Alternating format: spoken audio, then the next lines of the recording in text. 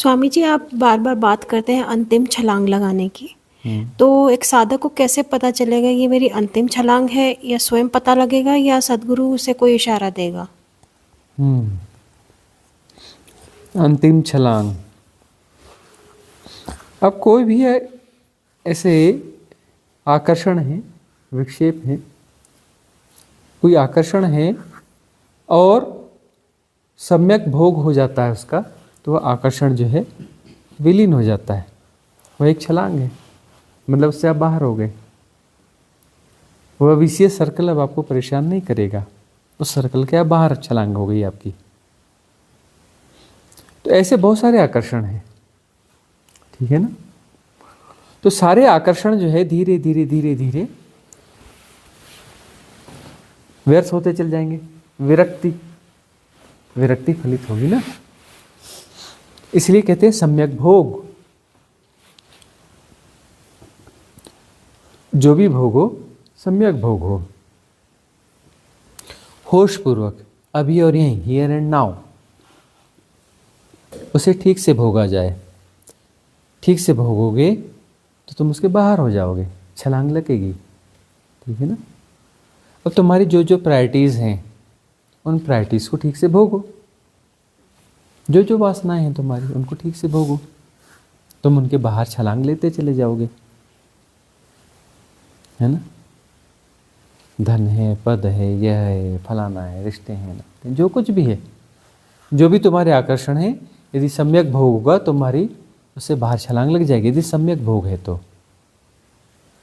तुम उसे ठीक से भोग रहे हो, वहां पर तुम गुणा भाग नहीं लगा रहे हो, जैसा हो रहा है उसको जैसा का तैसा जान रहे हो, तुम उससे बाहर छलांग ले लेते हो। तुम्हारी टॉप प्रायोरिटीज क्या होती हैं? बड़ी निम्न दर्जे की होती हैं। टॉप प्रायोरिटीज क्या होती हैं?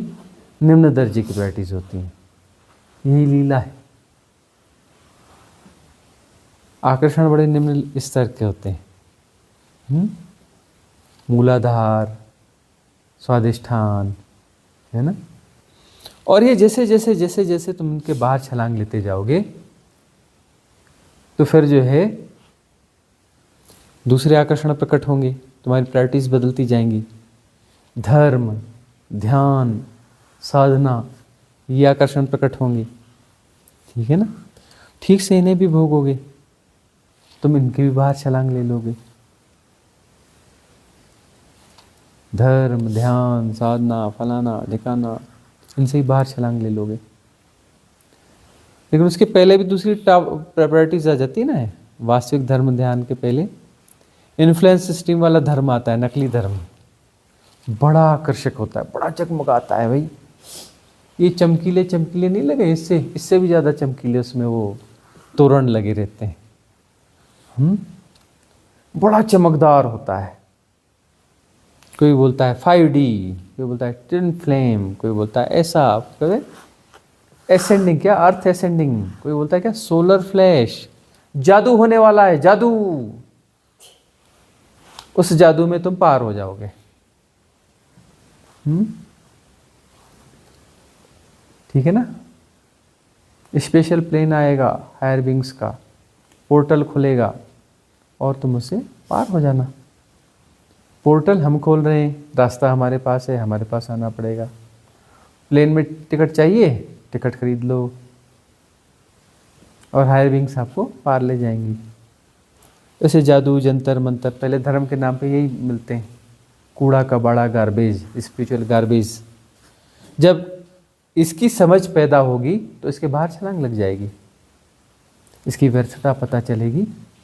अरे भाई, सोलर फ्लैश तुम्हें मुक्त करेगी। धरती की एसेंडिंग से तुम मुक्त हो जाओगे। इस धरती और सौरमंडल की वैल्यू गैलेक्सी में है कितनी? अरे हम कह रहे हैं तुम जो है किलोमीटरों का कागज लो, उस पर तुम जो है गैलेक्सी बनाओ, उसमें तुम अपने सौरमंडल को चिन्हित करने की कोशिश करो, तो तुम्हें सुई की नोक रखोगे तो उसमें सौरमंडल आ जाएगा। इतनी साइज है गैलेक्सी में सौरमंडल की। और तुम अपने यूनिवर्स में अपनी मिल्की वे, जो हमारी आकाशगंगा गैलेक्सी को रखना चाहो, तुम पूरे भारत का नक्शा कागज ले लो, भारत की साइज का, और उसमें तुम अपने गैलेक्सी को शो करना चाहो, तो फिर सुई की नोक रखोगे तो उसमें गैलेक्सी उतने में आ जाएगी, दिखती भी नहीं वहाँ उसमें तो। और मल्टीवर्स में तुम्हारा यूनिवर्स नहीं दिखता, उसके आगे और वर्ष हैं, तो उसमें तुम्हारा मल्टीवर्स नहीं दिखेगा, उसके आगे वाले वर्ष में वो वर्ष नहीं दिखेगा, उसके आगे वाले वर्ष में वो वर्ष नहीं दिखेगा। इतना विराट है। और जो है मुक्ति जो है अनंत से भी पार जाने की बात है, ये अनंत विस्तार से भी ऊपर उठने की बात है। इस अनंत विस्तार की समझ हो जाती है, इसके पार छलांग लगती है, इसके पार छलांग लगती है। और तुम जो है कहते हो कि वो सोलर फ्लैश तुम्हें मुक्त कर देगा, जिसका कहीं अता पता ही नहीं है उस अनंतता की सापेक्षता में। अरे गैलेक्सी में उसका अता पता नहीं है, वह तुम्हें मुक्त कर देगा। किन चक्रों में पड़े हो? मल्टी डायमेंशनल बीइंग और ठिकाना और ये और वो, ये इतना कुछ जटिल है। अरे ये तो छोटा बच्चा होगा उसको भी समझ में आ जाएगा कि ये जो है कोई अपना, जैसे हम गेम खेलते हैं वैसे कोई गेम है ये, 5D 6D क्या क्या है, 5D 6D, हाँ, अलग अलग गेम आते हैं। उनके गेम इससे ज़्यादा क्रिटिकल होते हैं 5D वाईडी से। मोबाइल पे गेम आए हैं ना नए वाले, ये 5D वाईडी से 10 गुना ज़्यादा क्रिटिकल होंगे। उनके नियम कायदे हैं ना, 5D सिखाने वालों को गेम सीख के बताओ बोलना, वो नहीं सीख पाएंगे, बोले अरे ये ज़्यादा डिटेल है, 5D ज़्यादा आसान है। ऐसे ऐसे गेम आ गए, है ना। तो वर्चुअल वर्ल्ड में जो है ना, इसे बहुत सारी वर्चुअल चीज़ें आएंगी, इसको क्या बोलते हैं, स्पिरिचुअल गार्बेज, है ना। उलझोगे, जन्म गंवा दोगे, व्यर्थ हो जाएगा। ऐसे न जाने और कितनी क्या चीज़ें हैं। तो जो है तुम्हारी टॉप प्रायोरिटीज धीरे धीरे बदलेंगी, व्यर्थता का बोध बढ़ता जाएगा, पता चलेगा यह तो अरे खेल था, हम इसमें उलझे क्यों हैं। खेल को खेल की तरह लो ना, उलझे क्यों हो। तुम्हारी प्रायोरिटीज बदलती जाएंगी, फिर धर्म, ध्यान, धारणा, साधना, ये सब इससे भी पार हो जाओगे, सहज हो जाओगे, सरल हो जाओगे। तब जो है भीतर बात उठेगी, तब सच में समझ में आएगा कि साधो सहज समाधि भली, साधो सहज समाधि भली। उस सहज समाधि के पहले एक बड़ी खतरनाक घटना होती है। तुम्हारा जो इन्वेस्टमेंट इतना ज़्यादा है इन सब में, तुम इतने ज़्यादा जुड़े हुए हो, कोई चीज़ तुमसे छीनी जाती है ना तो लगता है कि तुम्हारे प्राण निकल रहे हैं, तुम्हारे प्राण निकल रहे हैं, ऐसा लगता है। तुम जो है ना इन चीज़ों को स्वीकार नहीं कर पाओगे, हमारी बातों को स्वीकार करना कठिन है, क्योंकि लगता है कि तुम्हारे प्राण खींच लिए जा रहे हैं। तुम्हारे प्राण खींचे जा रहे हैं, तुम्हारा इन्वेस्टमेंट इतना ज़्यादा है इन सारी चीज़ों में। तो तरह तरह की तुम्हारी परिभाषाएं हैं, तरह तरह का सब कुछ है, इन सब का जोड़ है। और जब तुम इनसे छलांग लोगे, जब वो बड़ी छलांग लगेगी, तो तुम्हें जरूर पता चलेगा, स्पष्ट पता चलेगा। क्या होगा? मृत्यु घटेगी। मृत्यु क्या है? तुम्हारा इन्वेस्टमेंट जो है वह जीरो हो रहा है, वह मृत्यु है, और कुछ नहीं है मृत्यु। तुमने जो इन्वेस्ट किया है ना, यार ये संबंध बड़े सत्य हैं, संबंध बड़े सत्य हैं, उनके लिए तुम प्राण दे रहे हो। पिछले जन्म का तुम्हारा बच्चा हॉस्पिटल में एडमिट है, मर रहा है, तुम यहाँ बैठकर पहाड़ों में मजा कर रहे हो, शर्म नहीं आती तुमको? तुम बोलते हो तुम तो बड़े जान देते थे ना पिछले जन्म में, उसको छींक भी आती थी तो तुम रात को सोते नहीं थे ना।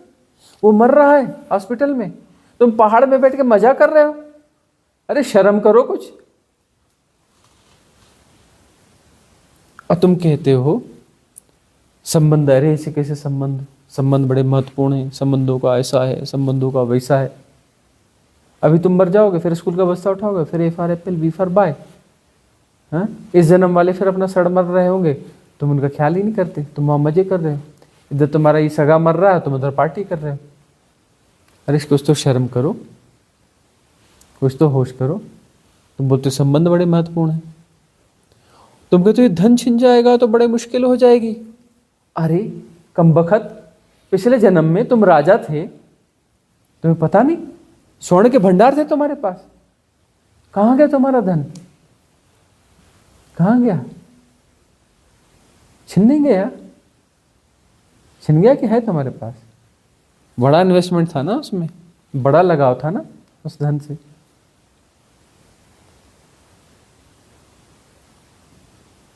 तुम कहते हो अरे बड़ी मुश्किल से मैंने पद प्रतिष्ठा बनाई है, ऐसा वैसा। तुम्हें पता नहीं पिछले जन्म में तुम प्रधानमंत्री थे? कहाँ गई पद प्रतिष्ठा? प्रधानमंत्री को देखते नहीं कैसे गीत गाते हैं, कैसी कविताएं लिखते हैं, जीवन बीत गया, जीवन रीत गया। नहीं सुनी कविताएं? जीवन बीत गया, जीवन रीत गया। अरे 3 बार प्रधानमंत्री रहे और फिर भी जीवन बीत गया और रीत गया हैं? तो मतलब प्रधानमंत्री पद मिलने से जीवन में कोई सार्थकता नहीं आती। बात तो साबित हो रही है।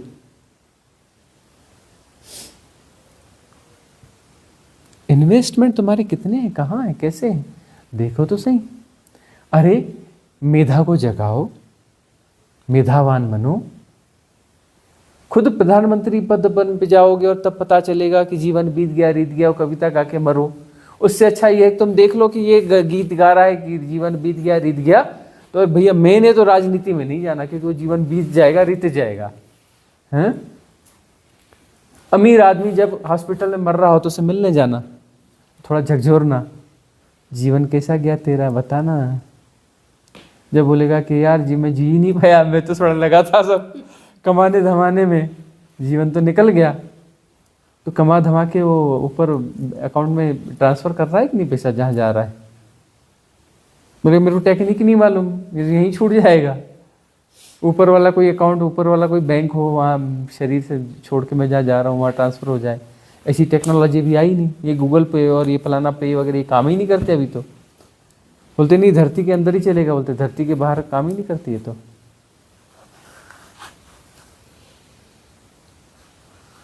तुम देखो तो सही तुम्हारे इन्वेस्टमेंट कहाँ कहाँ है, किन किन झूठों में तुमने अपना इन्वेस्ट किया हुआ है। और वो जब छिनता है तब तुम्हें मरने का बोध होता है, तो तुम्हें अपनी छलांग का पता चलेगा। मतलब तुम मरोगे, तुम मरोगे, और तब तुम मरोगे उस समय अपने आप को बचाना नहीं है ना, अपने आप को बचाना नहीं, ठीक से मरना, ठीक से मरना, पूरा पूरा मरना, आधा अधूरा नहीं मरना। तो वह क्या होगी? महामृत्यु होगी। वह महामृत्यु ही मुक्ति है, कोई अलग से कोई मुक्ति मिलेगी नहीं। अरे मर जाओगे बस, वही है महामुक्ति। महामृत्यु ही तो मुक्ति है। महामृत्यु होगी फिर मुक्ति मिलेगी। अरे महामृत्यु ही मुक्ति है। झूठ मर जाएगा तो सत्य तो है ही ना, आएगा कहाँ से सत्य? सत्य कहीं है, उसके बाद वो दौड़ता दौड़ता आएगा। हाँ हाँ तुम मर गए क्या, चलो मैं तुम्हारे पास आ गया, हाथ में लाओ। ऐसा कोई सत्य क्या? कोई क्षुद्र है, कहीं रहता होगा, दौड़ के आएगा तुमसे मिलने के लिए। अरे झूठ मरेगा तो सत्य तो है ही ना। तुम्हारी लीला जब विसर्जित हो जाएगी तो महारास महालीला तो चल ही रही है ना। तुम्हें पता चलेगा तो अरे वही लीला में ये बीच में क्या जबरदस्ती का प्रपंच रचे हुए था। प्रपंच है ना ये, तो साफ साफ पता चलेगा छलांग का। इसलिए तो गुरु गोरखनाथ जी को कहना पड़ता है कि मरो है जोगी मरो, मरो मरण है मीठा, तिस मरनी मरो, जिस मरनी गोरख मरी दीठा। इसलिए कबीरदास जी को कहना पड़ता है, जिस मरने से जग डरे मेरो मन आनंद, कब मरी हों कब भेटी हों पूर्ण परमानंद। मरने का तो पता चलेगा, वही तो छलांग है। छलांग का मतलब क्या है? छलांग का मतलब है ठीक से मर जाना, महामृत्यु। अरे तुम पीछे बचोगे ही नहीं, लेकिन मरने का पूरा बोध होगा ना, मरने वाले को मरने का बोध होगा ना, निजाल हो जाएगा, तब बात खत्म हो जाएगी। वह तब जो बचेगा वो परम सत्य है, परमात्मा है। इसलिए यह बात समझ लो कि परमात्मा को छुआ नहीं जा सकता, परमात्मा को छुआ नहीं जा सकता, लेकिन परमात्मा हुआ जा सकता है। छलांग जो है साफ साफ पता चलेगी, महामृत्यु घटेगी। उसके बाद होता है दूसरा जन्म। तुम खुद से अपने गर्भ से खुद को जन्म देते हो और विराटता का जन्म होता है। क्षुद्रता विसर्जित हो जाएगी और विराट जन्मेगा और तुम कहलाओगे द्विज। तुम्हारा दूसरा जन्म हुआ, तुम द्विज हो जाओगे, ब्राह्मण हो जाओगे। कोई जन्म से ब्राह्मण नहीं होता, माँ के गर्भ से कोई ब्राह्मण पैदा नहीं होता, माँ के गर्भ से कोई द्विज पैदा नहीं होता। द्विज तो तब होगा जब तुम जो है महामृत्यु की साधना में सफल होगे और महामृत्यु तुम्हारी घटेगी, तब तुम द्विज होगे। कब मरी हो कब भेटी हो, पूर्ण परमानंद। पूर्ण परमानंद तुम होगे, वही तुम्हारा दूसरा जन्म है, द्विज का जन्म है, वही मुक्ति है। अपने झूठ से, अपने सेपरेशन से मुक्ति है। मुक्ति का अर्थ ऐसा नहीं है झूठ, तुम्हारी झूठी सत्ता से तुम्हारी मुक्ति है और तुम्हारी झूठी सत्ता को तुम्हें ही विसर्जित करना है। तुम्हारी क्रिएटेड है, तुम ही क्रिएट कर रहे हो, तुम ही से लगातार उसमें लगे हुए हो। तो सृष्टा जो सृष्टि नहीं बना रहा है, सृष्टा स्वयं सृष्ट हो रहा है। ये कंटिन्यूअस प्रोसेस है। पहाड़ है नहीं, हो रहा है। धरती है नहीं, हो रही है। नदी है नहीं, हो रही है। सौरमंडल है नहीं, हो रहा है। गैलेक्सी हो रही है। यूनिवर्स हो रहा है, मल्टीवर्स हो रहा है, सब हो रहा है। मॉलिक्यूलर स्ट्रक्चर में जाके ढूंढ लो, देख लो, मिस्ट्री ओपन हो जाएगी। क्वांटम थ्योरी पढ़ लो। भी हम तो पहले से बोलते आ रहे हैं ना, क्वांटम थ्योरी तो अभी अभी आई। हम तो अनादिकाल से बोलते आ रहे हैं, यही बोलते आ रहे हैं ना। प्रकंपितो सब माया है, पदार्थ की तरह व्यवहार कर रहा है, पुद्गल की तरह व्यवहार कर रहा है, मैटर की तरह व्यवहार कर रहा है। मैटर है ही नहीं, वाइब्रेशंस है, प्रकंपन है। तुम्हारा मॉलिक्यूलर स्ट्रक्चर जो है, इलेक्ट्रॉन, प्रोटॉन, न्यूट्रॉन, तुम अपने आप को झकझोर लो, देख लो। वह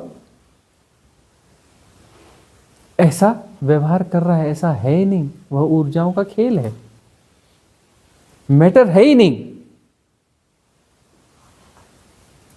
खास तरंग दैर्ध्य में प्रकंपन है, खास वेवलेंथ में वाइब्रेशंस हैं।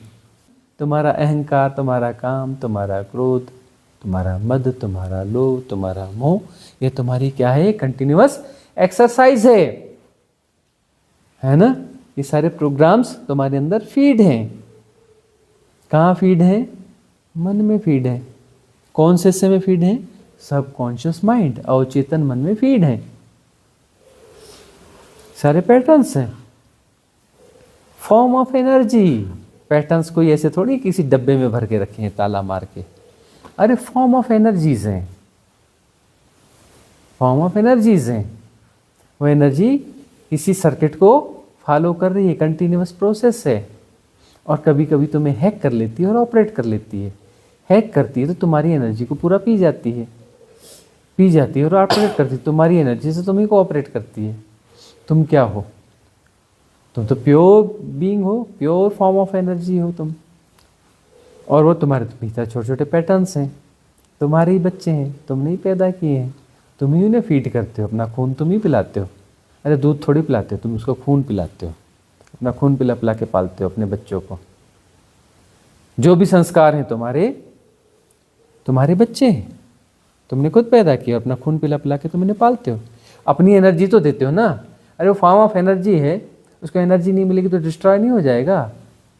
कोई ऐसा सर्किट थोड़ी ना है, तांबे का सर्किट है कि इस धातु का सर्किट है, फाइबर केबल का सर्किट है और उसमें जो है एनर्जी दौड़ रही है। एनर्जी नहीं दौड़ेगी तो सर्किट अपनी जगह बचा रहेगा, बाद में जब एनर्जी मिलेगी तो फिर फंक्शन करने लगेगा। अरे कोई ऐसा मेटेरियलिस्टिक कुछ है ही नहीं, वो ऐसा कुछ है ना। सिर्फ ऊर्जाओं की गतियां हैं, वो पैटर्न्स हैं। तुम उन्हें खून पिला रहे हो, अरे खून पिलाना बंद कर दो, खेल खत्म, पैसा हजम। मतलब ये तुम्हारी एक्सरसाइज है, कंटिन्यूअस एक्सरसाइज है। तुम्हारा सेपरेशन, तुम्हारे काम, क्रोध, मद, लोभ, मोह, दंभ, दर्प, गर्व, अहम, ईर्ष्या, द्वेष, वैर, मासर, घृणा, भय, प्रमाद, सब तुम्हारा खुद का खेल है, तुम्हारी कंटिन्यूअस प्रोसेस है, तुम्हारी कंटिन्यूअस एक्सरसाइज है। तुम लगातार एक्सरसाइज कर रहे हो। अपने सेपरेशन को बनाए रखने के लिए, अपनी बीमारी को बनाए रखने के लिए, अपने विकारों को बनाए रखने के लिए तुम लगातार एक्सरसाइज कर रहे हो। यदि तुम ठहर गए, एक्सरसाइज ठहर गई। अरे तुमने यदि नाचना बंद कर दिया, तुम बैठ गए, तुम क्या बोलोगे? मैं यहां बैठ गया हूं जी, नाच उधर चल रहा है। ऐसा होता है क्या? या बोलते हो कि थोड़ा सा नाच ले आओ यार, मेरे को नाचना है, 5 किलो ले आओ, 5 किलो नाच ले आओ, मुझे नाचना है। ऐसा होता है क्या? नहीं ना। तुम नृत्यमय होते हो तो नृत्य है, और तुम शांत बैठ जाते हो तो नृत्य गायब हो जाता है। अब तुम सेपरेशन का नृत्य खेल रहे हो, तुम सेपरेशन का नृत्य खेल रहे हो, अपने विकारों का नृत्य खेल रहे हो, तुम शांत होके बैठ जाओ, खेल खत्म, पैसा हजम। तुम्हारी बीमारी क्या है? तुम कुछ ना कुछ कर ही रहे हो, लगातार कर रहे हो। तुम बिस्तर में भी कुछ ना कुछ कर रहे होते हो, तुम बेड में सो जाते हो और सपनों में कुछ ना कुछ कर रहे होते हो, वहां भी तुम नहीं ठहरते। ठहरना तुम्हें आता ही नहीं है, पागल दौड़ में लगे हुए हो तुम। क्यों दौड़ रहे हो? पता नहीं। सपने क्यों आते हैं जी? पता नहीं। अरे तुम ही तो सपने में, तुम ही तो उलझ पुलझ रहे हो, तुम ही तो दौड़ रहे हो, तुम्हारी दौड़ ही तो सपने के रूप में दिख रही है। बेहोशी दौड़ाती है, जागरण ठहरा देता है। बेहोशी दौड़ाती है, बेहोशी दौड़ है, जागरण ठहरना है। जागा हुआ दौड़ता नहीं, बेहोश ठहरता नहीं। बेहोश ठहर नहीं सकता। बेहोश का क्या मतलब है? एनर्जी हैक्ड है। बेहोश का क्या मतलब है? एनर्जी हैक्ड है। किसने हैक की है? सबकॉन्शियस माइंड के पैटर्न्स ने। पैटर्न एक्टिवेट है, एक्टिवेट है तो दौड़ रहा है ना। होश का क्या मतलब है? सबकॉन्शियस माइंड को एनर्जी नहीं मिल रही है, हैकिंग नहीं है। एनर्जी किसको मिल रही है? कॉन्शियस माइंड को। कॉन्शियस माइंड में कौन सा विकार है? कॉन्शियस माइंड में विकार होता ही नहीं है। कॉन्शियस माइंड के स्टोर रूम में क्या रखा है? उसके पास तो स्टोर रूम ही नहीं होता। कॉन्शियस माइंड जो है निर्विकार होता है। Here and now, neat and clean, अंतराकाश। कॉन्शियस माइंड निर्विकार है, निर्विचार है, गतिहीन है।